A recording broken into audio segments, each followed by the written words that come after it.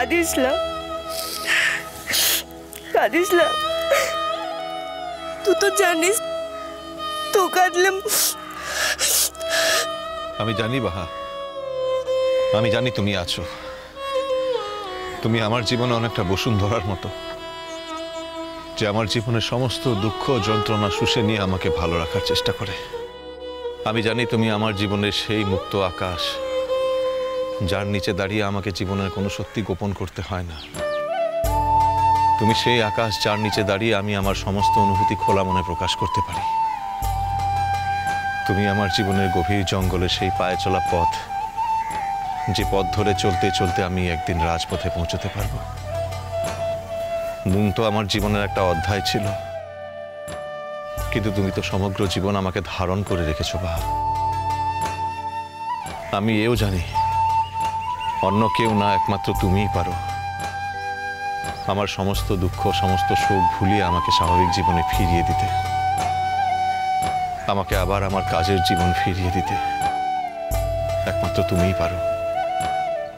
আমার তো মাঝে মাঝে তোমাকে কোনো সাধারণ মানুষ মনে হয় না বাহা। আমার মনে হয় যেন তুমি তুমি আমার জীবনের প্রকৃতি। তুমি আমার জীবনে এই প্রকৃতির নির্মল আকাশের মতো একটা বড় আকাশ, গভীর জলের নদী, আমার জীবনের জঙ্গলে পায়ে চলা পথ, কিংবা এই পলাশবনির নির্মল বাতাসের মতো নির্মল বাতাস। কেঁদো না বাহা, কেঁদো না। আমি তো আমার সমস্ত কান্না তোমাকে উৎসর্গ করি। আমার সমস্ত দুঃখ সমস্ত যন্ত্রণা আমি তোমার কাছে জমা রাখি। যদি তুমি কাঁদো তাহলে আমি কোথায় যাবো বলো তো? চল কিনা এবার তো দিদি মনে চাইব ছোট নদীতে মিশাইতে।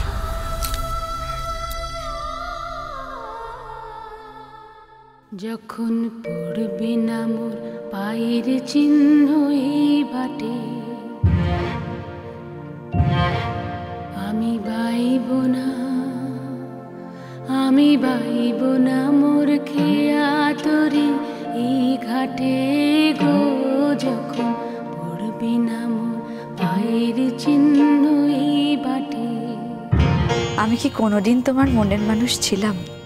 বাহা যেমন তোমার মনের মানুষ, সে মানুষ তো আমি কোনোদিনও হতে পারিনি। হচ্ছে তুমি বাবাকে ভালো থেকো, আর আমার রাজাকে একটু দেখো।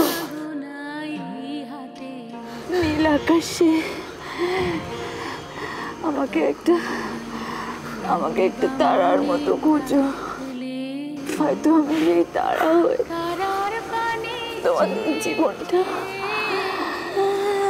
তোমাদের জীবনটা আলোয় ভরিয়ে দেব। যখন পড়বে না মোর পায়ের চিহ্ন এই বাটে।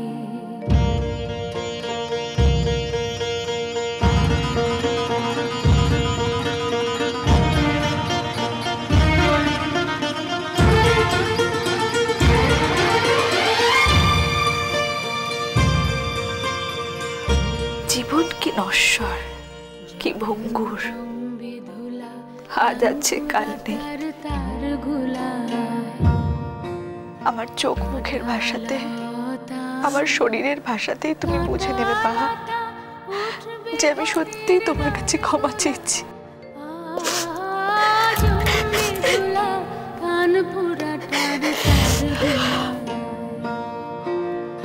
ফুলের বাগান ঘন ঘাসে পড়বে সজ্জা বনবাসে, শ্যাওলা এসে ঘিরবে দিঘির ধার গোলায়। তখন আমায় নাইবা মনে রাখলে, তারার পানে নাইবা আমায় ডাকলে। যখন পড়বে না মোর পায়ের চিহ্ন এই বাটে।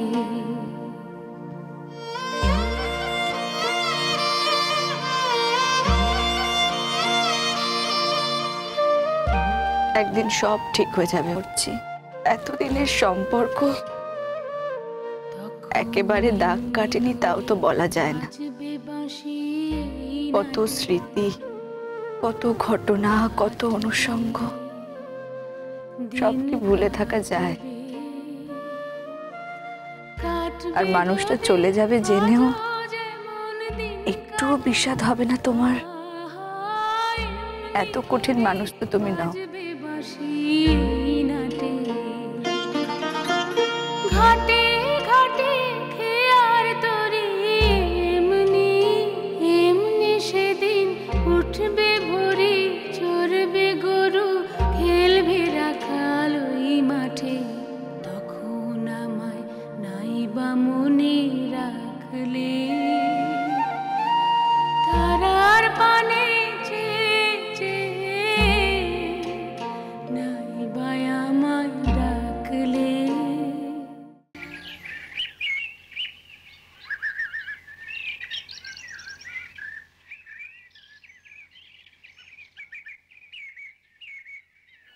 কি করছো বা?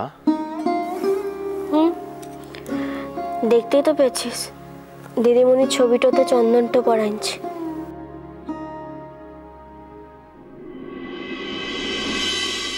কি আমাদের দুজনের ছবিটা দেওয়াল থেকে নামালে কেন? ওখান থেকে একটা অন্য ছবিটা রাখবো।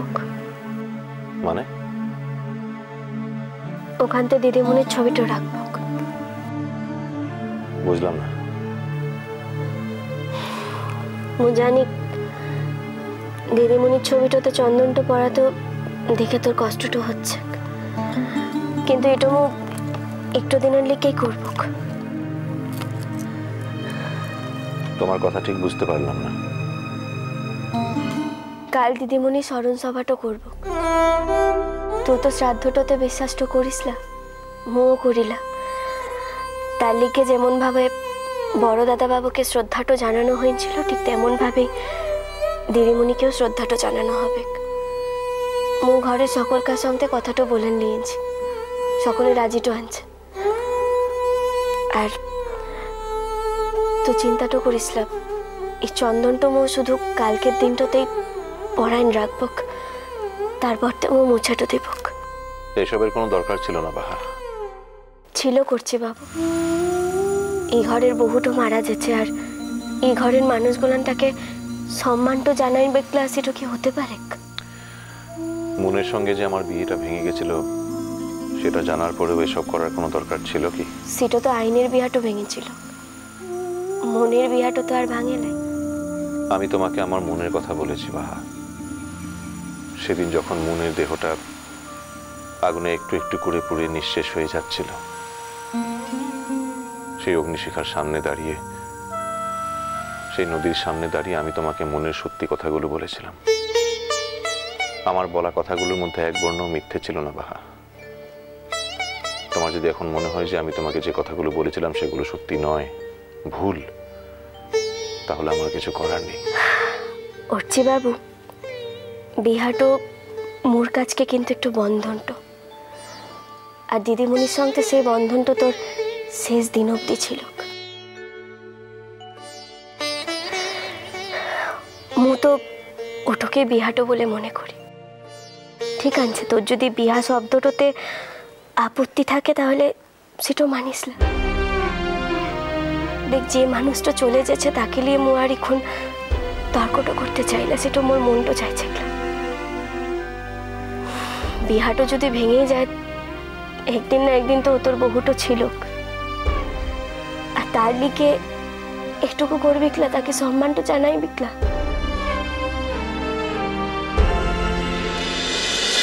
মিষ্টি কুটুম মিষ্টি কুটুম মিষ্টি কুটুম।